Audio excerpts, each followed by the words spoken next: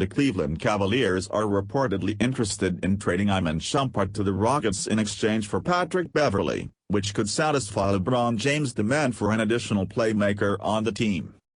On Thursday's episode of Undisputed, with only hours left until the trade deadline at 3 p.m. ET, Shannon Sharpe and Skip Bayless broke down whether the defending NBA champions need to make a move, and Bayless argued the Cavaliers could set themselves up for a run of titles if they could still land Carmelo Anthony. Shannon: Patrick Beverley would be a good fit for Cleveland. Shannon: Patrick Beverley would be a good fit for Cleveland.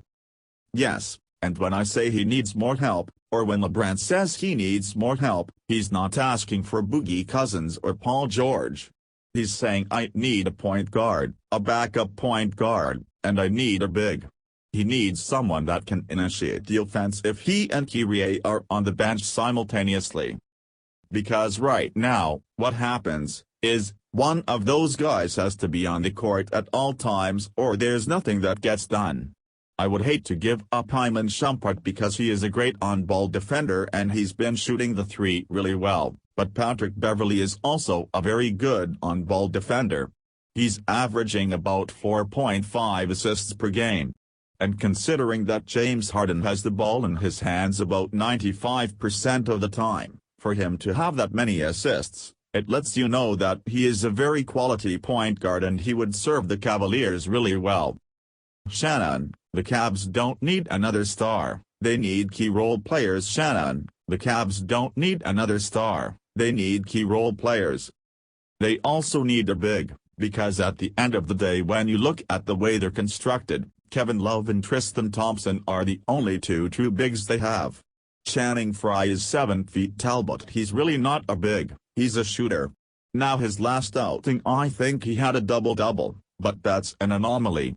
He's more of a 3 or 4 rebound per game guy, and he's really not much of a defender, especially on the block.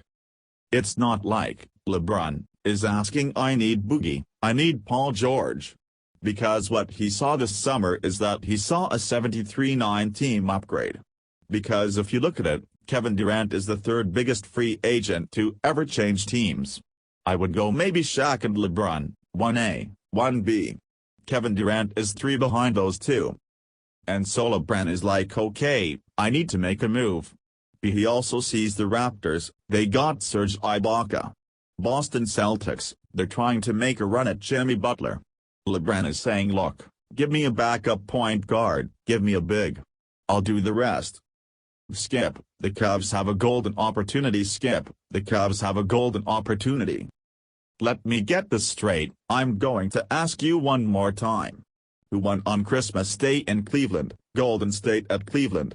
Who won that game?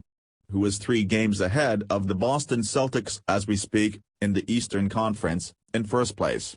The Cavaliers. Do you think Cleveland, with no more help, will win the East?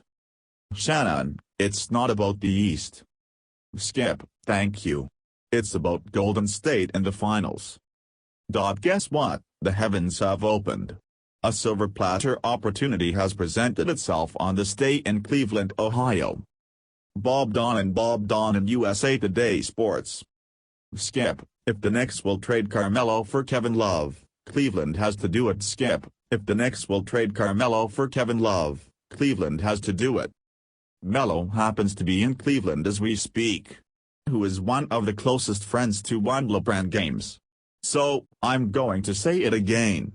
Of all the things that have ever happened in my career, something is on the table that nobody wants to talk about, and it's Carmelo Anthony straight up for Kevin Love.